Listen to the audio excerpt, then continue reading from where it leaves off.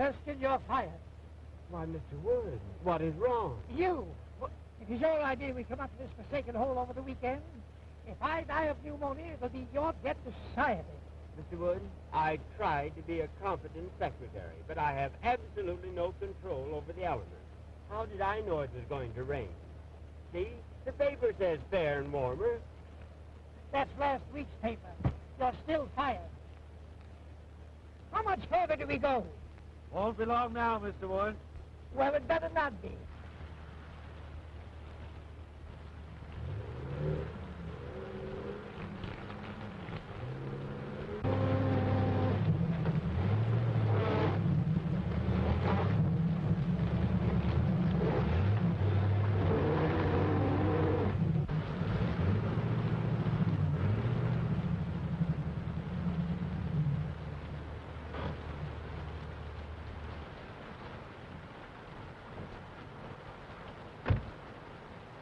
Something the matter? I guess we're stuck. You guess you're stuck. What are you trying to do? Kill me? Oh, no, it's not as serious as that. We just skidded into a fallen tree. Don't stand there. Don't stand there when the train seals suggest something. I'm sorry, sir, but I never did work well underwater. I know this part of the country intimately. There are several houses nearby. We can walk to one of them. Swim, you mean? I see a light down that way. You couldn't see a light if you looked at a forest fire.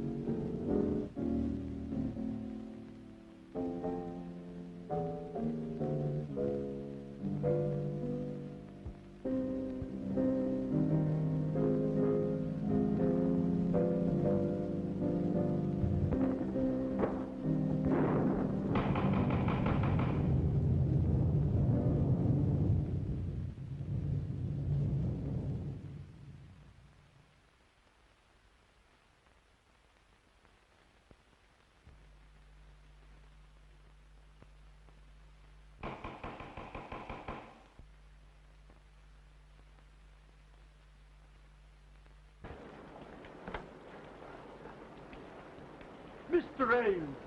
Oh, hello, Caraway. I'm sorry. I didn't recognize this as Dr. Kent's house. Just a moment, Ames. I don't know who this Dr. Kent is, but I'm getting out of the storm even if it's to be the missing link. Coming in, Mr. Ames?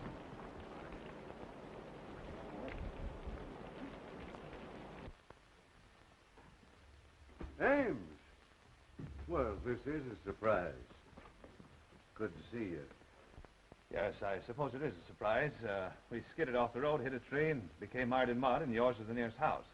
Oh, pardon me, Dr. Kent. This is Herman Wood, the famous theatrical producer. You no doubt have heard of him, even if you haven't met him. Delighted, Mr. Wood. You're courageous to face the storms we have up here. Courageous. Insane, you mean? How do you do that? And this is Homer Erskine, his secretary. How are you, Erskine? Oh, wet. I agree with you for once. Hello, Gloria. Glad to see me. More than you know. A certain gentleman here doesn't take our engagement seriously. Harry. Hello, Ames. How do you do? Gloria. This is Mr. Wood, Mr. Erskine, Miss Shaw, and Mr. Terry Gray. Oh, Mr. Wood, I've heard so much about you. Yeah, I was afraid of that. How are you, young man? Still quite normal, thank you. Nice of you all to drop in like this. Your idea, wasn't it, Ames? After all, you were invited. That had nothing to do with it, and I assure you I wouldn't be here now if I could help it.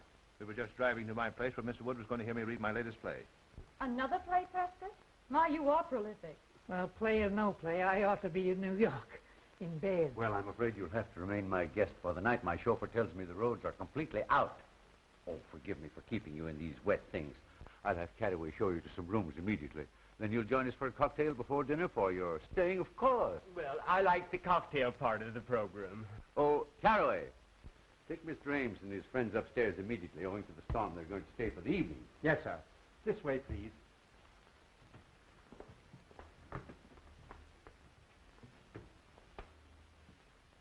Who are you? Why, you tell her. I'm beginning to be uncertain of everything. Why, this is Mr. Wood. I'm Mr. Erskine, his secretary. I pity you so much.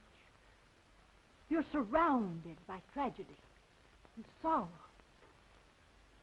Well, you are psychic, Beatrice.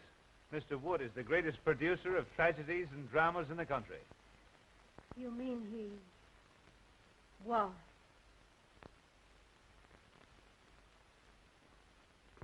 Hey, Ames, about this play of yours. Why, yes, it's in my bag. As long as we can't reach my place, why not let me read it to you here? I just remembered an important appointment tomorrow in the city. I must return tonight. Isn't that right? Yes, absolutely. He has to address the Travelers' Aid Society on the proper way to fold a timetable. My dear Mr. Wood, I would gladly assist you, but until the storm abates, there's no way of reaching the city. Well, we may as well accept the situation, Mr. Wood. We'll have a good dinner and then retire to Dr. Kent's study for a nice, quiet reading. Perhaps it'll make you appreciate my play all the more. They say a full stomach breeds tolerance. Well, something tells me I shall need it.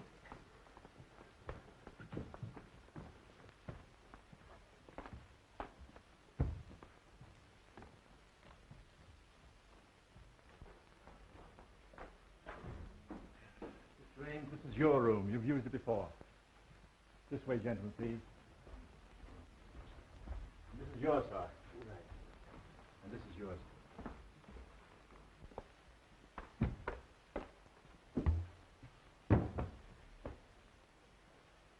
Just a moment. Have that coat dried out. Yes, sir. Right away, sir. Anything else, sir? Yes, close the door when you go out. Yes, sir.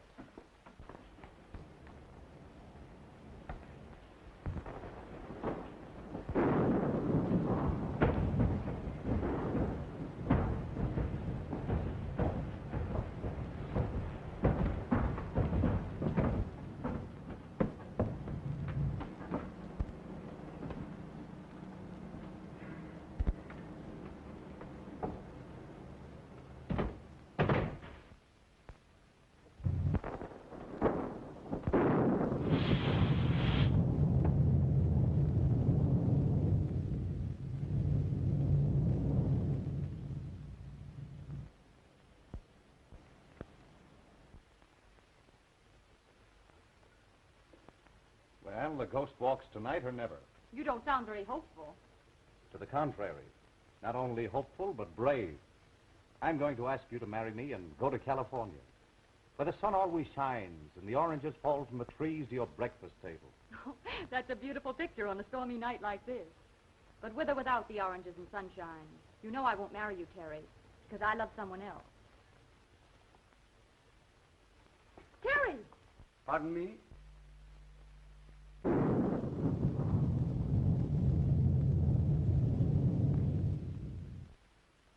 You're not a very easy man to discourage, are you? You forget that Gloria here is engaged to a mutual friend of ours. I don't think that's any of your business. Here, Gray. I don't like your attitude. In fact, I don't think I like anything about you. So what? Why must you two always act like gladiators? Be sensible. Tonight of all nights must not be the time for any discord. You know I've never given you cause to think of me as more than a friend. That depends on your viewpoint. I might argue that statement. I'd like to give you the thrashing you deserve for those insinuations. Please. We'll discuss this later.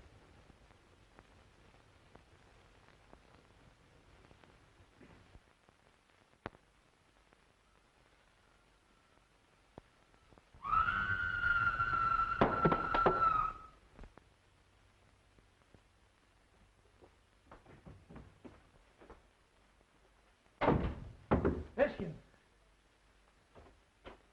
Did you hear that scream? Yes, you sounded like a grand opera star with acute indigestion. Worse than that. Sounded like something unhuman. Oh, pure imagination.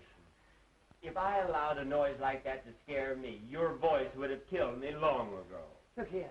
Are you trying to insinuate I'm afraid? I'm just nervous, that's all. What kind of a madhouse is this? Oh, don't be so excitable. It's probably your liver acting up again. Have you your pills? My pills. Any of you folks here scream? Yes, it frightened me, too. Yes, I can't understand where it came from. Tell them where it came from, Ames. You've heard it before. Why scare your friends unnecessarily? Perhaps you're right. Any scream you may have heard probably came from Beatrice's room. She's Dr. Kent's patient and Mr. Gray's sister. You met at the foot of the stairs. She's just a little irrational at times. Well, as far as I know, it's nothing to worry about, simply emotional outbursts. Don't you just love a night like this? This old house seems to belong in the rain and thunder. I read a book once about an old house, and I don't know how many murders happen on just such a night as this.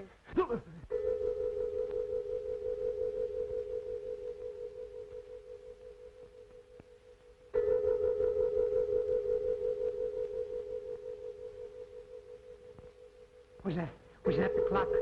Yes, I guess so. I think so. It must have been. But it's a union clock. What do you mean? Well, it strikes any old time.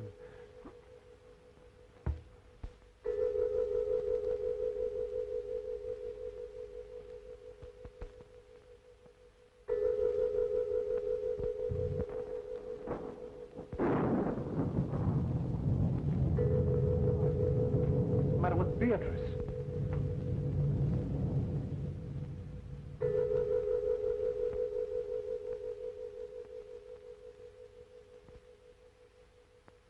Yes, John. I am waiting for you. I am waiting.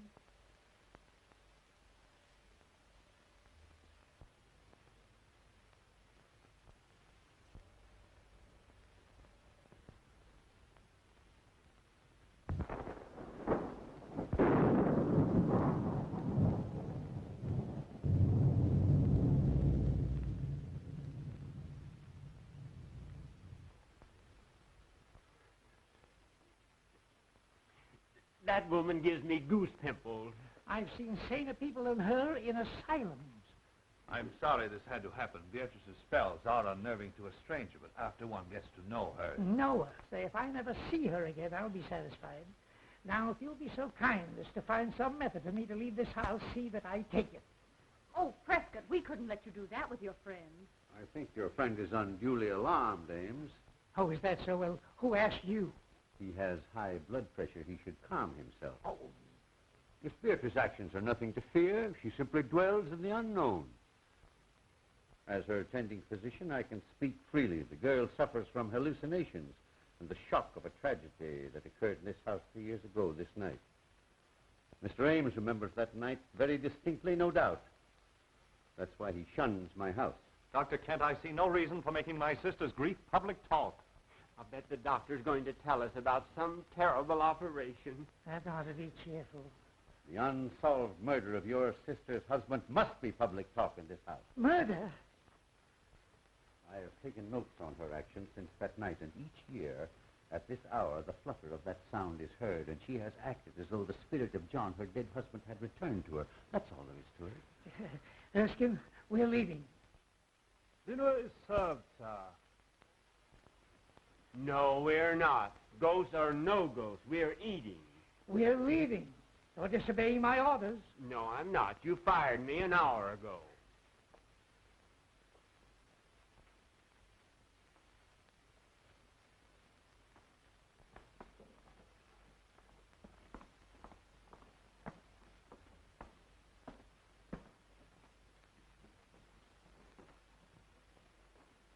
Gloria, Mr. Ames, Mr. Wood, Mr. Erskine. Hope you're all as hungry as I am. Just give me an aspirin. Just give me anything but a tomato surprise. I've had shocks enough. is about as cheerful as an undertaker's picnic in a cemetery.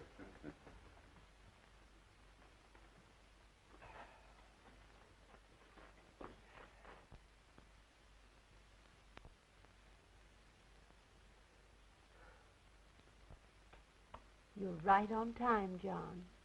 I was so afraid you might disappoint me. Mr. Wood, I think you're right.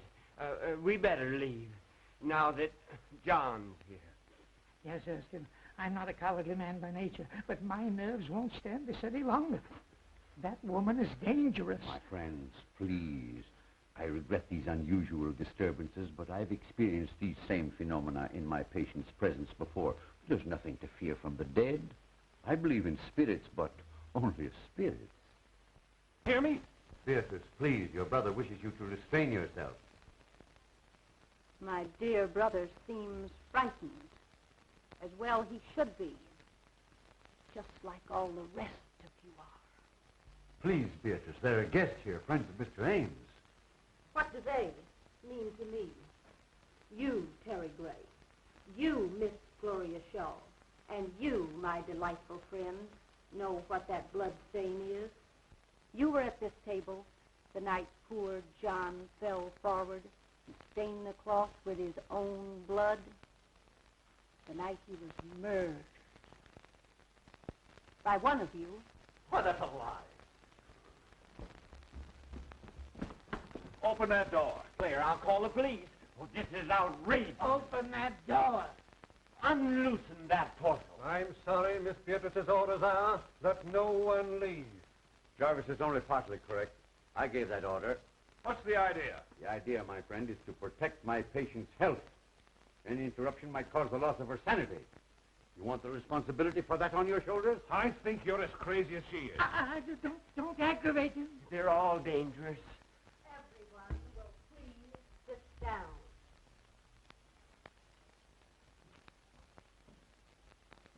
You can't frighten me into anything.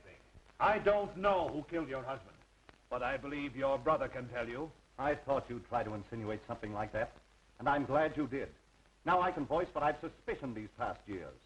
You were jealous of John. You wanted to marry Beatrice for money. You, a penniless hack playwright. She preferred John, and you killed him. There's always been insanity in your family. Wait. He's right. I, too, always thought you killed John. You're unscrupulous enough to have done it. That's enough of that kind of talk. You aren't free from suspicion either. As John's cousin, you inherited more money from his death than I did. How dare you say that? I can't listen any longer. In the name of humanity, allow Erskine and I to get out of here before they kill each other. I appreciate that we have outside witnesses to what is going to happen. There is a murderer in this room, and we're going to find him. John, tell me the person who killed you. Speak quickly. Why don't you admit it? Hurry, before it is too late. You'll talk now or I'll break your neck. Light! John! John! Speak to me, John! Jarvis, turn on those lights.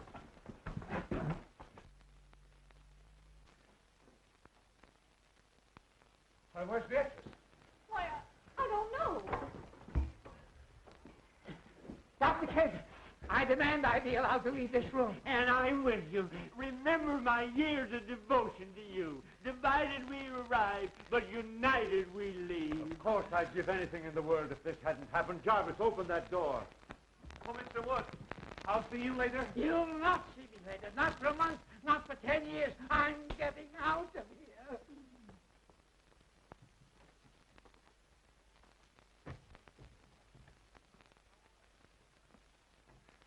And so ends the first act of my little play. Oh, darling, it was wonderful. Well, we certainly scared those two. Desmond Wood's famous for his temper. Isn't it remarkable how they reacted almost exactly as you had written them into your play? Oh, I'm hired, and we've 2 more acts to go. Well, you're as clever a group of actors as I've ever seen. And I've got Glory to thank for finding you. Didn't I tell you they were troopers? You don't think we frightened them too much, do you? What's the difference? It's a blooming order of play, ain't it?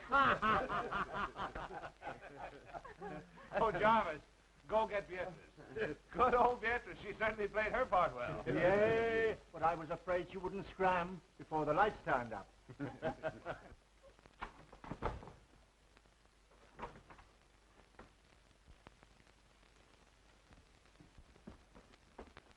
Beatrice, are you hurt? Beatrice, what's the matter? Speak. She's dead. This is my room. No. And whoever it does belong to has a gun. A gun? No, let's don't annoy. Oh, shut up. This may come in handy. A manuscript. The Ghost Walks by Prescott Ames.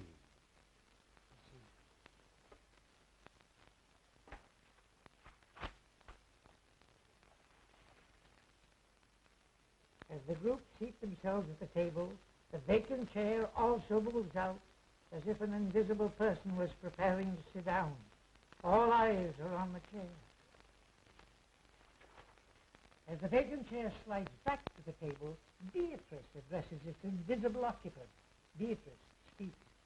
You are right on time, John. Thurston, we've been witnessing a dress rehearsal of Ames's horror play. You mean all those scares were part of the play? Certainly. Here, let's try it again. Here, listen to this.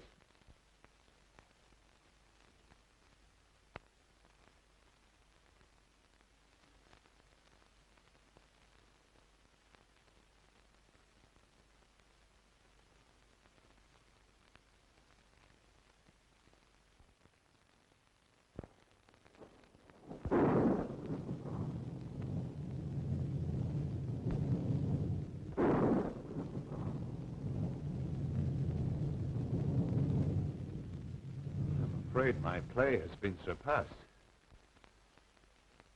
We have a real menace in this house.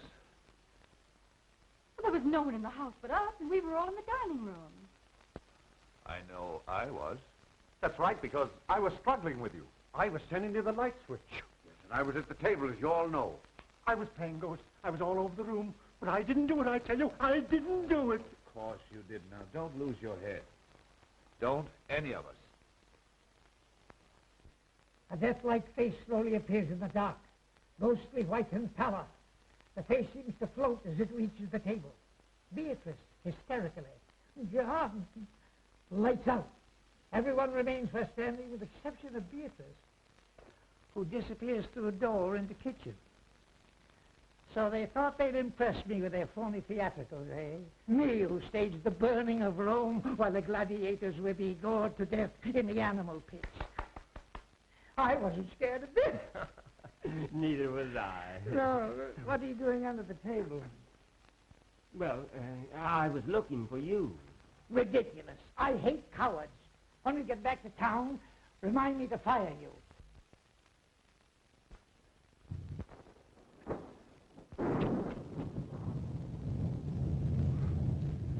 Let the play continue.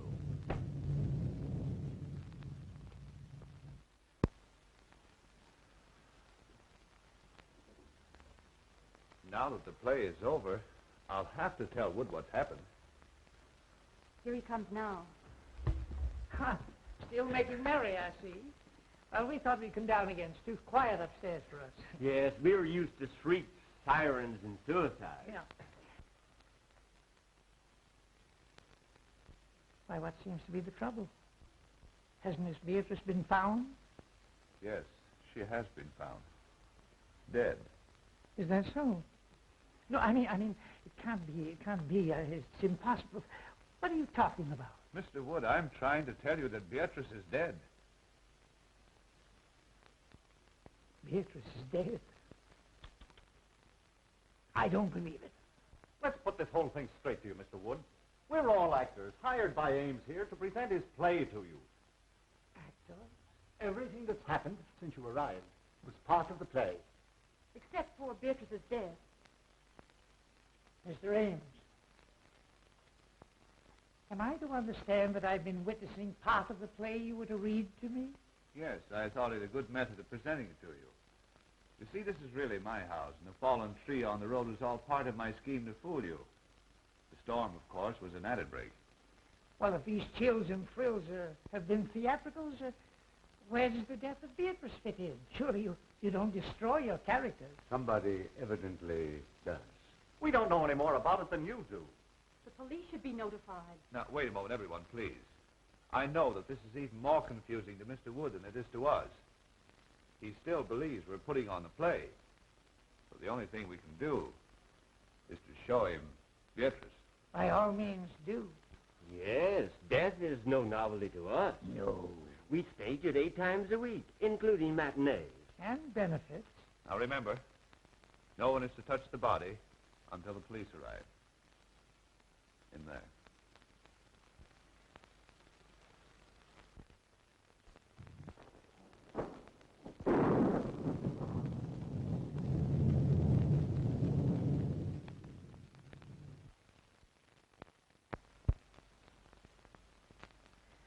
Well, where is she?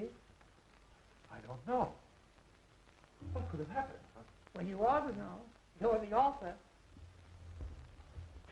Impossible. I never heard of it. The place must be closed. We ought to get out of here. Where can she be? Perhaps he just stepped out during intermission.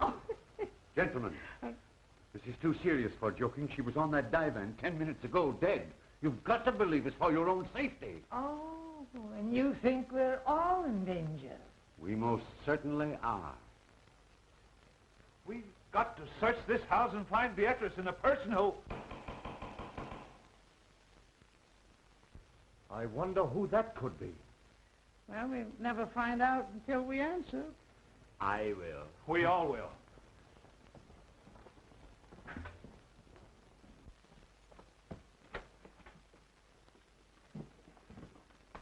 Who are you? Who are you? A guard from the Greystone Sanitarium. Seen anything of an escaped patient around here? What kind of a patient? A quiet one, until disturbed, at which time he becomes slightly murderous. Well, so help me if this ain't a night. Oh, what's going to happen to us next? Who are these people? I didn't know anyone was living here until I saw the lights. What makes you think he came here? Empty houses make good hideouts. I never saw or heard of anyone living here in the past few years. Well, I've been living here about a month. I think you've come to the right house at that. Yes? Has anything happened? Uh-huh. A murder and a disappearance. What are you winking about? Winking? Why, my dear man, you're saying things. I simply stated a murder had been committed. Murder? Ah. Well, it's him all right, then. Well, who is this man you're looking for? At the sanitarium, we'd call him Case 222. I guess you'd call him a homicidal maniac. A maniac? And you think he's loose in this house? Now, be perfectly calm. If my patient is here, and you scare him with hysterics, he might tear you apart to see what caused the excitement. Oh. That reminds me. Has anyone called disappearance? No. Well, that's a usual procedure, isn't it? Oh, we forgot to, I suppose. But there's a telephone right here in the study. Telephone?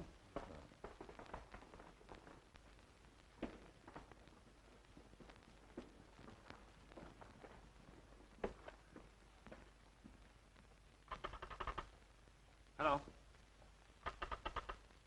Hello?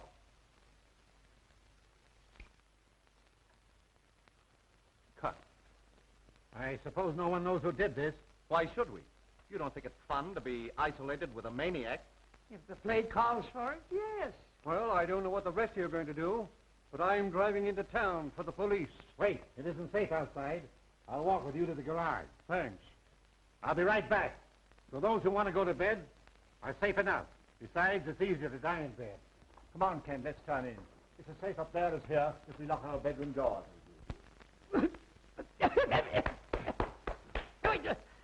What's the idea? Why, you're choking terribly. Well, can you do any better? You know, I had a hunch that Beatrice should never appear in a horror play. Why? Too highly strung and impressionable. A fatalist. She figured if you were paid to scare people, the law of compensation would see to it that you got scared yourself. Utter nonsense. How could anyone possibly foresee a maniac coming here tonight and committing murder? Murder. Ha, ha, ha. Don't interrupt him. The play is improving. Not enough action for me. Tell me, Ames, just how did you happen to come to this house yourself? Funny you should mention that. I was just asking myself the same question. Of course, you saw that painting in the drawing room of Gussie Gillis. Sure, everybody knew him. And his history? Naturally. Personally, I thought he was the worst butcher who ever severed a tonsil. Right. And you remember how 9 of his patients mysteriously disappeared after he treated them? They were murdered. And when the police came to arrest him right here in this house, he committed suicide. He lost his mind from the strain of his surgical work, I guess. Get to the point, man. I know all that record. Now, you say this house was his. How did you get it?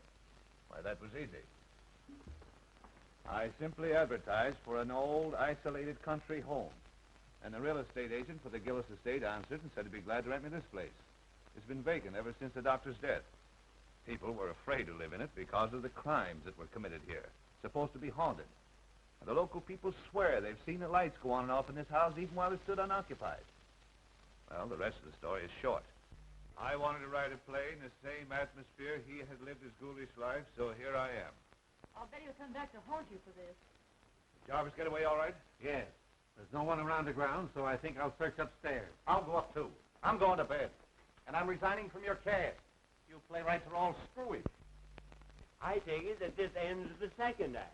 Now, if you don't mind me saying so, I think your play is rotten. Well spoken, Erskine. Forget about being fired. Let's go to bed. Yes, go to bed, Mr. Wood, and get some sleep. You insist the play is still on, but we've tried to tell you that it's ended in a tragedy. Good night, sir. Good night, Miss Laurel. Good night. Ames? Good night. Be sure and let us know if anyone else is murdered. I can't convince those fools.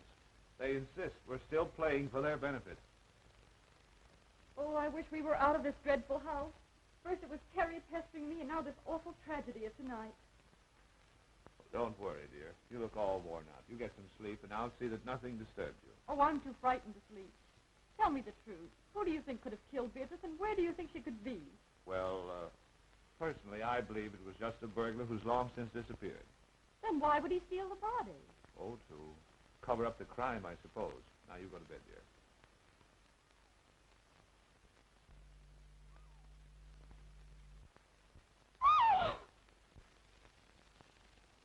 Why, Gloria, what is it?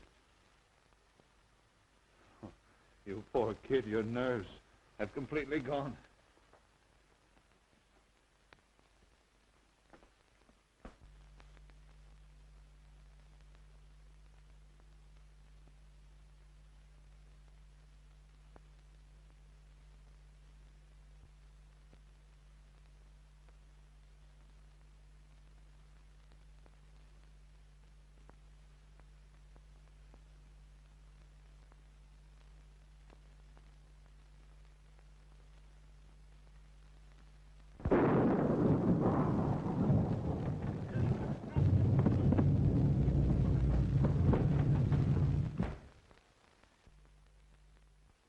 Oh, it's you.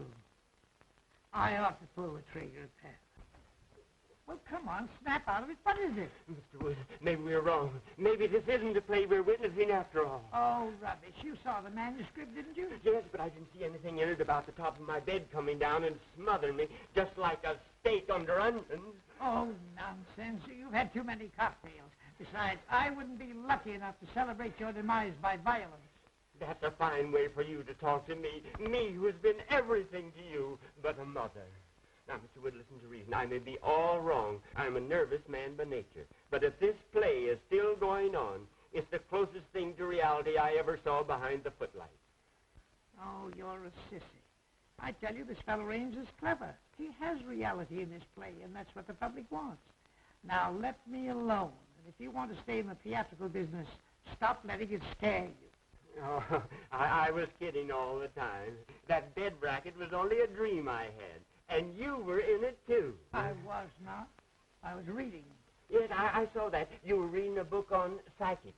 You were worried about the future yourself.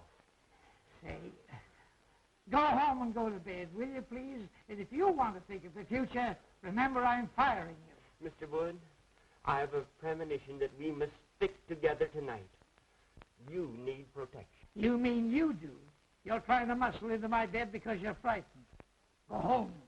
Oh, my dear employer, play or no play, I have no relish for my own couch. Move over. Say, this is all Tommy rot. You've got the mind of an oyster and the nerve of an acrobat. As my secretary, I do allow you to share my office, but that does not include my bed. Hey, you were born in October, weren't you? Yes, during the National Apple Week. Why? It says here, your type is the instincts of a bloodhound, the heritage of the homing pigeon, the attributes of the ferret, and the heart of a lion. Yet you snuggle beneath my quilts, you cream puff, because a make-believe play is scaring you. You're fired once and for all. Will you please close my mouth if I'm snoring? I have adenoids. Adenoids, too? I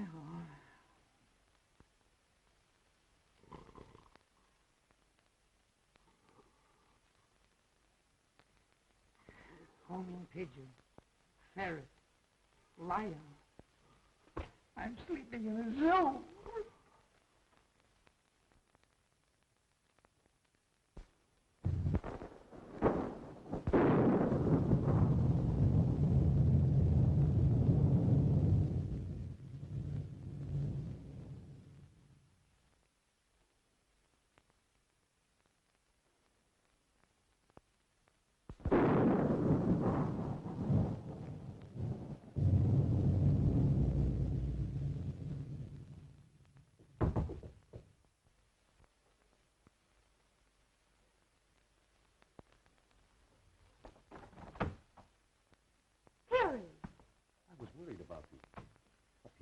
All alone.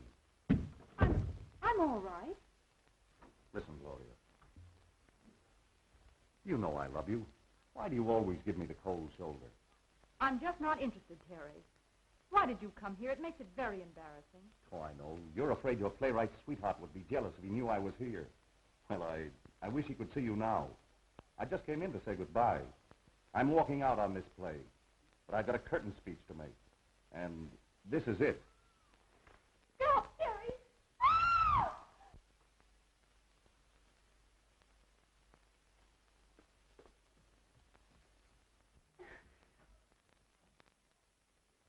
Gloria! Gloria! Oh, you fool. Now see what you've done. I'll hide in that closet until he goes. If you tell him I'm here, I'll tell you who invited me. Understand? Oh, darling, what frightened you? I saw a man. Oh, where was he? He came in that door. I screamed and he went away. Oh, you poor kid, what a narrow escape you had. Wonder what that feeling was about. There's a light in Gloria's room. Let's see what's on. You take it easy. I'll find a guard and we'll search the house again. What's happened? We heard screams. Someone tried to break into Gloria's room. What? Who? I don't know. Here comes the guard. Seen anything? Plenty. Gloria was almost attacked by someone. Fancy that. Who do you think it was? We don't know. We'll wake up everybody and find out. Good idea. Let's try Teddy first. Oh, Terry. Gone. Not a sign of him. Whose room is this? Well, that's mine. And there's Erskine's room and that's Mr. Woods. Well, let's see what they know.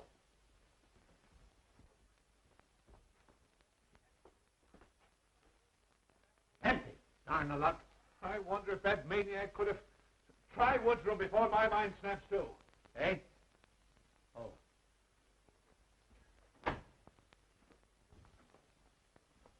Hey, you two. Get out of here. My office hours are from 10 to 4. Seen anything strange in here? Yes, here's an exhibit that ought to be in a museum. What are you doing in here? I was sleepy. Is the play on again? No, we're just having a roll call. Well, consider us absent. Terry. Terry, come out.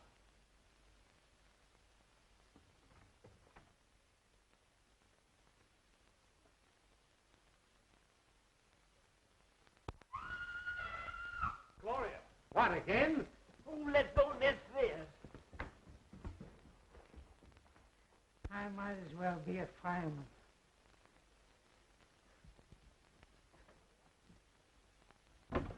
Gloria, what is it, dear? It's Terry. He was standing right in that closet. He's disappeared.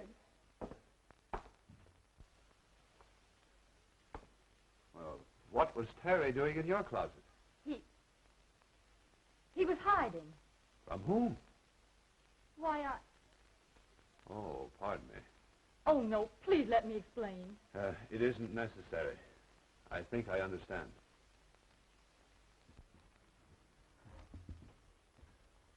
I'd sooner trust a lunatic than I would a Yes, woman. they're more reliable.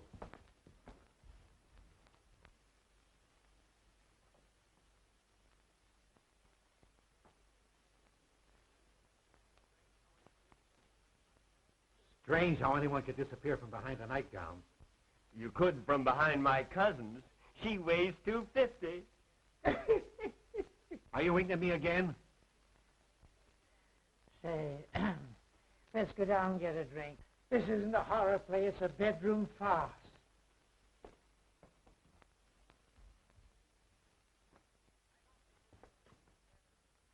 I don't think this situation is fair to me. You people are of very little help. That patient of mine is evaporating.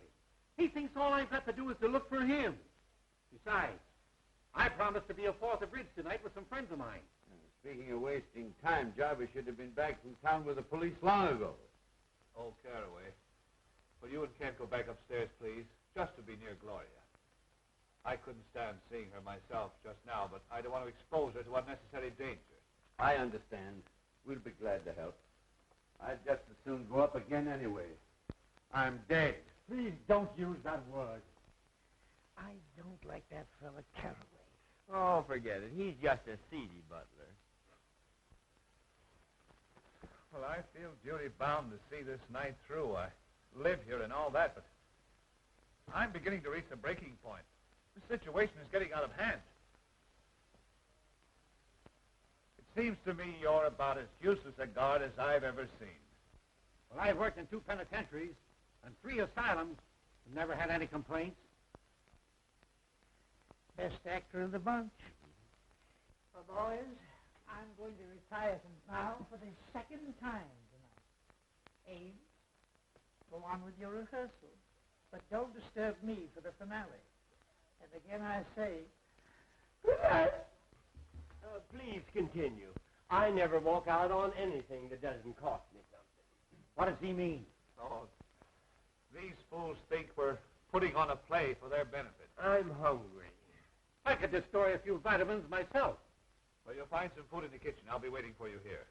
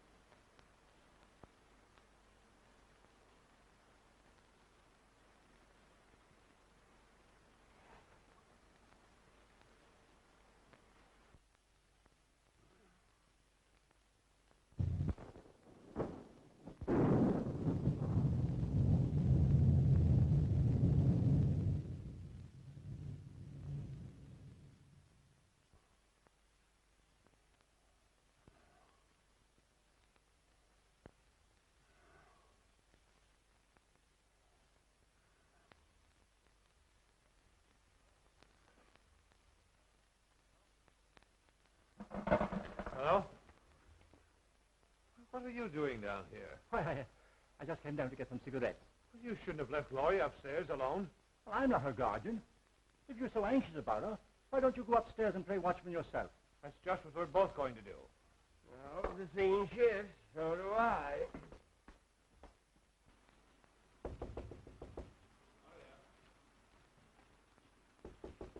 Gloria? Gloria!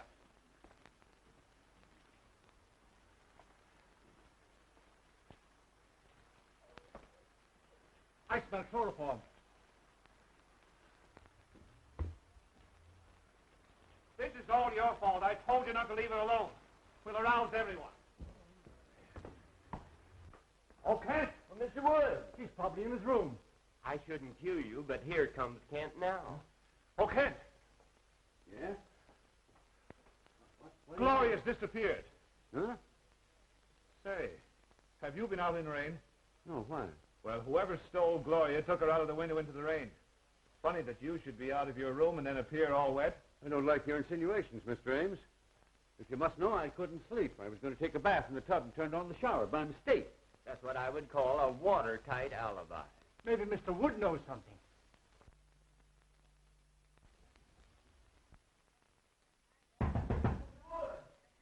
I'd have more privacy in a convention hall. Come in. Mr. Wood, some gentlemen to see you. Have you seen Gloria? She doesn't seem to be here. Why? Gloria has been kidnapped. Goody, goody. I say, that's beastly rude of you. They accused me, but I think Teddy's the guilty one. He's gone, too. They've got to search the whole place over again. Get up and see the fun.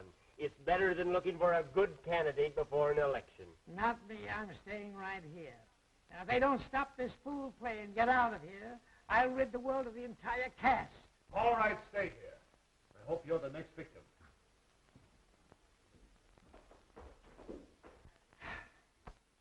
Mr. Wood, could I have a word with you? If you try to get in this bed again, I'll shoot you, so help me. I only wanted to say that you're right, as usual. The play is still going on. Of course I'm right. I know the theater like Barnum knew his elephants. And I'm not cross with you, Erskine. In fact, I'm going to raise your salary. Thanks. People don't disappear every 5 minutes in real life. Unfortunately, some don't. I'd like to get some sleep. But the play... Earn some of the money that I pay you by watching it for me. Why, I thought you fired me. Not till we get back to town. Now, shut up and get up. Guard! Guard! Huh? What do you want? Fine, help you are. Gloria's been stolen and you're standing around here eating chicken. Well, one must eat occasionally. What makes you think the lady was stolen? Rather an antiquated way to acquire a woman, isn't it? Oh, shut up. Her window was open. She must have been taken out of the house. I'm going to search the grounds. I'm with you, Wayne. Hey, you. Come here. Where's your friend? If you mean my honored employer, he's upstairs in bed. I think I'll go up and look him over. There's something queer about you both. He winks at you and you wink at me. And I don't like it.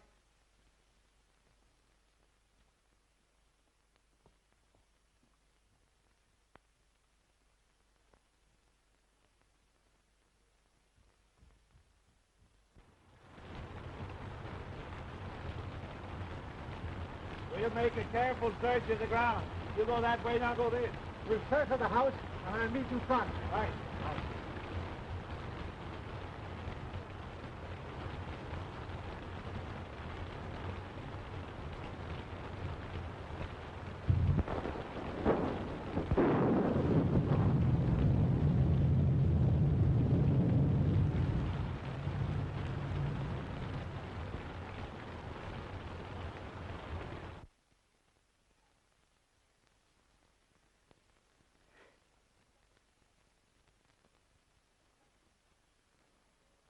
Who's there?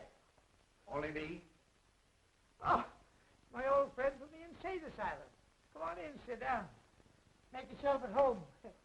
Everybody else has. Hey, look here, old man, pal to pal. You're not really an asylum guard, are you? No. How did you get it? God, you can't fool an old-timer. You know, you're wasting your talents here. You're too good for this stuff. The whole world knows that. I said good, not perfect. like that play. You know, I've been thinking that over. It's mighty darn gripping.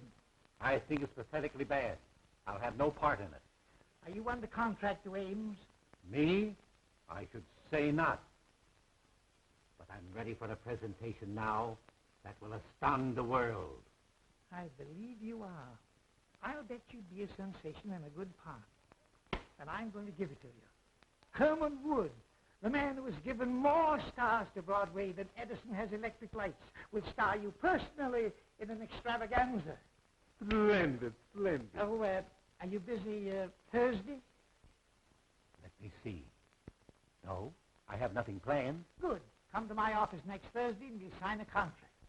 Splendid. But you should see me work first. Well, what are you doing now? Wasting time talking to you. Come with me, and I will show you real dramatics. Are you kidding? I never joke. I will show you drama. Stark, throbbing drama, with a master touch of comedy. By golly, I'm with you. Just wait till I get my slippers. Don't forget, Thursday. Come.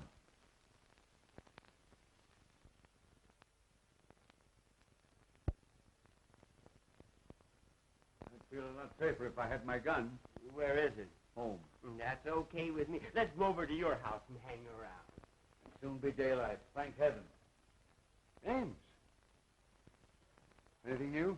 We made a complete search of the grounds and found nothing.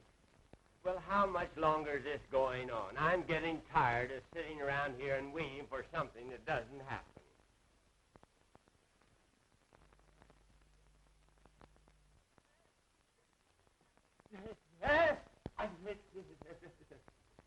The picture.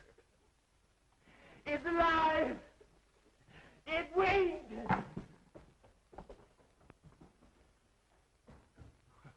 What's the matter with him? He must be balmy.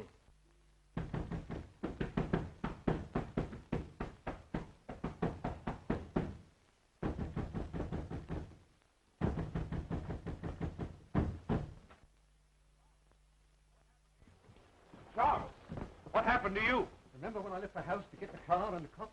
Yes? Well, that nuthouse guard leaves me at the garage. Then just as I'm getting into the car, somebody slugged me with a lead pipe. What was the idea? Well, someone didn't want him to get away. And that someone is probably the escape nut that we're looking for. How many of you are searching for him? There's already been a guard here tonight. Well, there's possibly half a dozen of us, but believe you and I'll find him. Yeah, this guy disappears every so often, but we always spot him in this neighborhood. I see. Well, after you were hit on the head, why did you come back to the house? I figured getting the police was the wisest move to make. I'd been knocked out and tied in the garage, but I broke the ropes. Then I tried to start the car, but I found out someone had gummed up the motor. Well, I began to hoof it into the village when these guards from the sanitarium picked me up, and here we are. Has anything happened since I left? Yes, Gloria's been kidnapped and Terry's disappeared. And now that Erskine person's gone violent. Oh, yeah? Well, I'll handle that. Help! Help! What's the matter? Mr. Wood is gone. What? I said he's gone, and so is the guard. It's that picture that's doing it.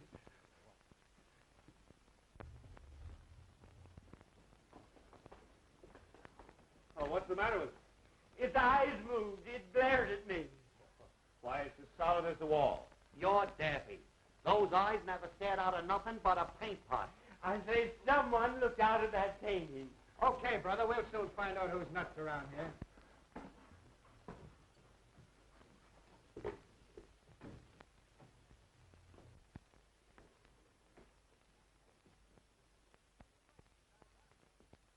Say, he's right. These eyes are phony. What'd I tell you? Now who's that? Hey, there's a passageway back to this. A passage?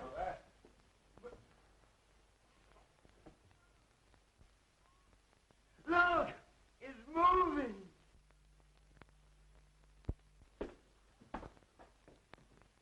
That's how Beatrice disappeared from this room. Well, I'm going to find out where it leads to. I'll go with you. Be careful. It looks dangerous.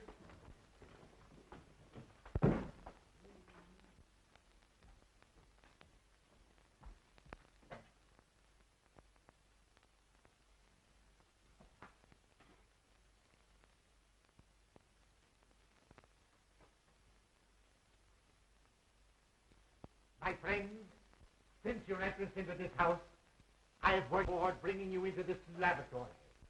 Years ago, a famous surgeon lived, worked, and studied here. His name was Guthrie Gillis. He is dead now, but I, Professor Elmer Trickery, will carry on and improve his work. Hey, I don't like these underground places. Well, you may as well get used to it. You may spend a lot of time in one. Why, the whole house must be honeycombed with passages. They lead all directions.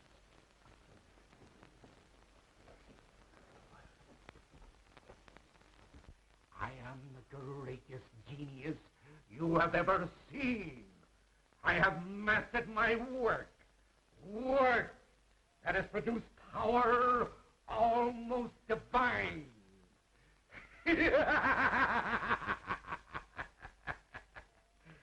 I have become more than the greatest plastic surgeon in the world. I am the molder of mankind. I have reached a great decision. That is why I've allowed you all to trespass upon the seclusion that I have enjoyed in a supposedly deserted house. I discovered this old house of Dr. Gillis's on one of my many escapes from the sanitarium. It is admirably fitted for my work. All I needed was patience. And now I have you, healthy people, who can't stand the rigor of certain small operations.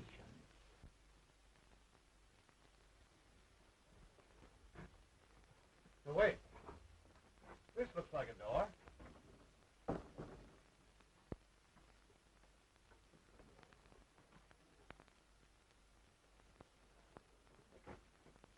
See where that leads to. This patient you're looking for, is he violent? Sometimes. He almost killed a guard tonight when he stole his uniform. Oh, and he winked at me. Leads into an open room with a swinging bookcase. Then Gloria did see something in that study. We've got to find her before anything happens to her.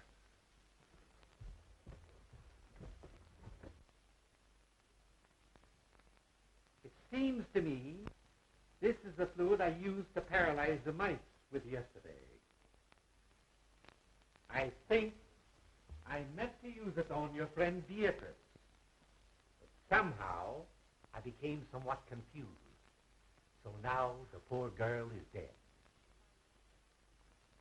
Forgive my stupidity. I will be more careful to see that you don't suffer the accidental death she did. I have brought back the spark of life. I am colossal. Oh, my head aches. Take that million souls away. You're choking me. I am awfully embarrassed. I thought I killed you, but I only gave you a headache.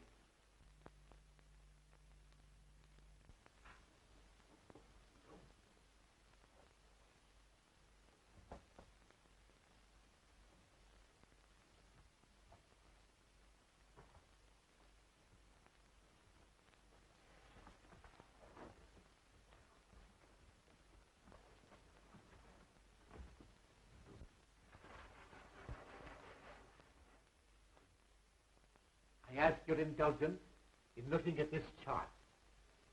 You will notice the various noses, eyes, and chins. You all have an ideal, a face you envy. You can have your choice of alteration.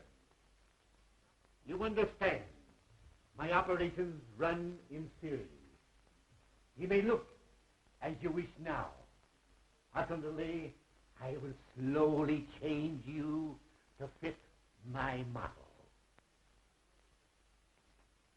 Young lady, you shall have the honor of being the first on my table.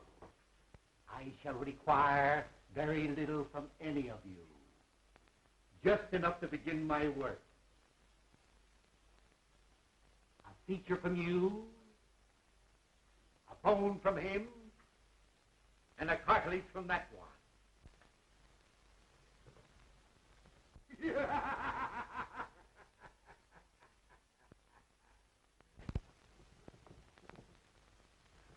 the guard.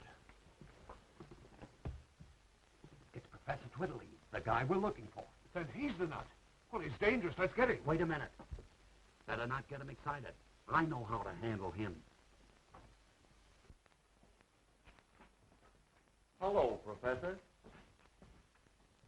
Why, Mr. McLeavy, what are you doing here? Can't you see I'm busy? Sure, but you've got to come home with us. It's important. Home? Is there anything wrong? Why, don't you remember? You operated on your old friend, Julius Caesar, a couple of days ago. Did I now? Sure. Funny, I forgot. How'd it turn out? Not so good. That's why we have to hurry back. You see, he got tired of his Roman nose, so you grafted on a new one. But you put it on upside down. And on rainy nights like this, the poor fellow can't go out for fear of drowning. My. We'll return at once. Poor Caesar must be miserable.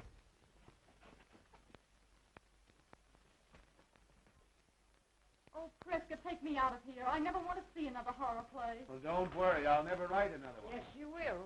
What? Absolutely, but you've got to rewrite it. Just like this night and the experiences we've gone through. Even to the murder of Beatrice? Yes, I'm afraid Beatrice will have to die all over again. Well, the ghost walks after all. Congratulations. Congratulations, John. You were all right too, Caraway. Thank you, Mr. Wood. Now what's the matter with you? I was just thinking how terrible it would have been had the professor really operated on us and changed us all. You might have gotten my adenoids, and I would have gotten your false teeth. Erskine, turn your face to the setting sun. Oh! What's the idea? Don't forget, you're fired. Oh, Mr. Wood. Come.